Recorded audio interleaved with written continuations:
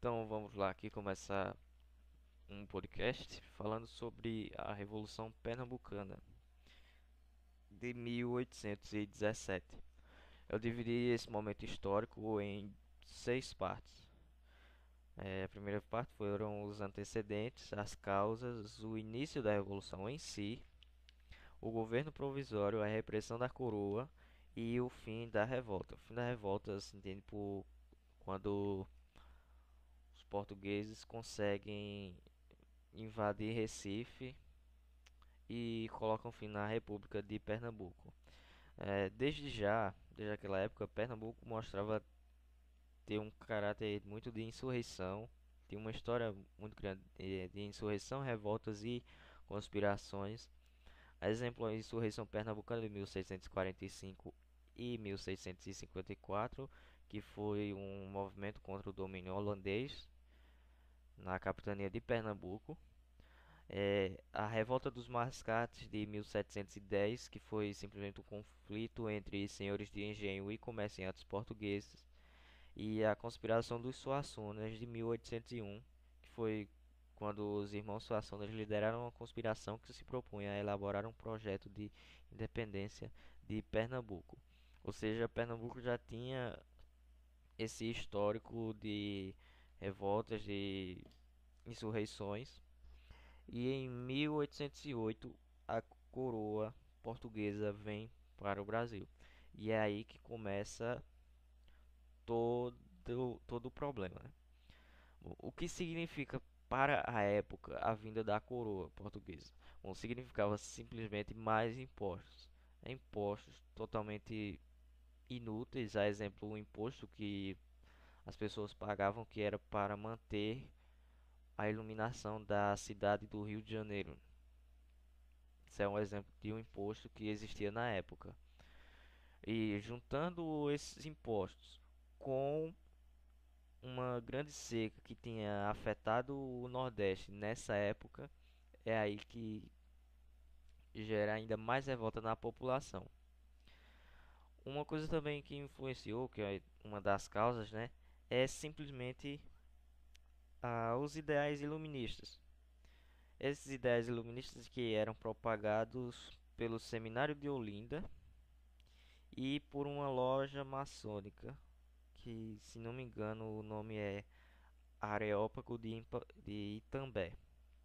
Areópago de Itambé, que é o nome dessa loja maçônica que foi responsável por proliferar, vamos dizer assim, por ficar difundindo os ideais iluministas aqui em Pernambuco.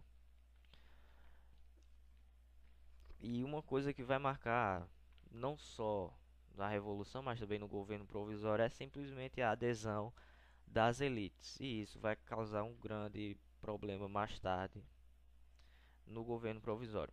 Bom, a Revolução Pernambucana em si, ela se inicia através do assassinato do brigadeiro Manuel Joaquim Barbosa de Castro.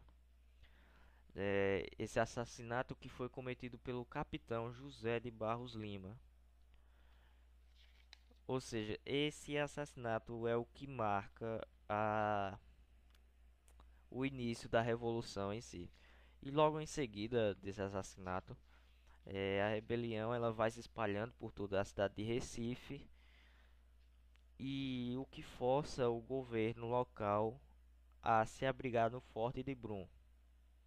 E logo depois o mesmo governo ele vai e foge para a capital do Rio de Janeiro. Com essa fuga do governador para o Rio de Janeiro, os rebeldes, que é agora vitoriosos, implantam um governo provisório que tinha mantido algumas coisas aqui. Mantido não. Eles fizeram algumas mudanças e tomaram algumas medidas. A primeira medida foi os impostos de Dom João VI foram abolidos. Ou seja, todos os impostos foram abolidos. Outra medida foi a implementação dos três poderes e a liberdade de expressão e de credo, ou seja, a liberdade de crença.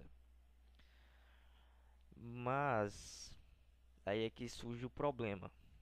Por conta da adesão muito grande das elites, né, nessa revolução, no governo provisório é mantido o trabalho escravo. Ou seja, não é totalmente o liberté, fraternité e igualité. É só igualité e fraternité, podemos dizer assim. Porque não tem a liberdade total de todas as pessoas, né? Pois os escravos, o trabalho escravo foi mantido. E aí é que surge a repressão da coroa. Ela começou bloqueando os portos de Recife, fazendo assim com que nenhum barco saia e nem entre na República de Pernambuco. E uma coisa que vai auxiliar e muito para por fim na República é simplesmente a divergência que tinha no movimento, no próprio movimento revolucionário tinha suas divergências. E é isso que vai auxiliar e muito na no fim da revolução. E simplesmente nessa época já chegava reforços do Rio de Janeiro com uma força terrestre de mais ou menos 8 mil homens, mais de 8 mil homens, que vinha do Rio de Janeiro, e eles começaram a atacar a República de Pernambuco através da Bahia, porque antes Pernambuco ele era bem maior do que é hoje, ou seja, os portugueses eles vão atacando pelaquela parte da Bahia que é mais ao leste, se não me engano. Eu não sou muito bom em geografia, é um caso complicado. Mas bom, o que ocorre?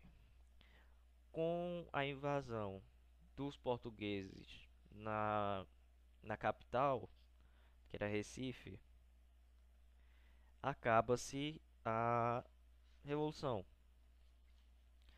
E no dia 20 de maio de 1817 acontece a rendição. Ou seja, os líderes que tinham as principais lideranças que eu esqueci de citar, era Domingos José Martins, José de Barros Lima, Cruz de Cabugá e Padre João Ribeiro, e entre outros. Bom, com a rendição dos líderes no dia 20 de maio de 1817, acaba a República de Pernambuco, que tinha durado 75 dias, mais ou menos. 75 dias. E dentre a Inconfidência Mineira, a Conjuração Baiana e a Revolução Pernambucana, podemos dizer que a Revolução Pernambucana foi a única que deu certo. Ou seja, Pernambuco é muito top. E o que acontece? Com a rendição dos líderes e a invasão de Recife, acaba o governo provisório. E aí é que começa o maior, podemos dizer que a maior repressão, né? Que foi simplesmente a condenação dos líderes. Bom, o principal líder era Domingo José Martins, que ele era simplesmente o líder da revolta. E ele foi acarbuzado. O que é acarbuzado? Acarbuzado corresponde a fuzilado, ou seja, ele foi fuzilado. Domingos José Martins foi fuzilado. O capitão José de Barros Lima foi enforcado e esquartejado. O padre João Ribeiro se suicidou bem antes das tropas da coroa chegarem à capital, a Recife. E Cruz de Cabugá, que ele tinha ido para os Estados Unidos para conseguir a ajuda, ele ficou por lá, ele permaneceu nos Estados Unidos. E é assim que acaba a Revolução Pernambucana. É um momento muito importante na história, não só do Pernambuco, mas também do Brasil. E é isso.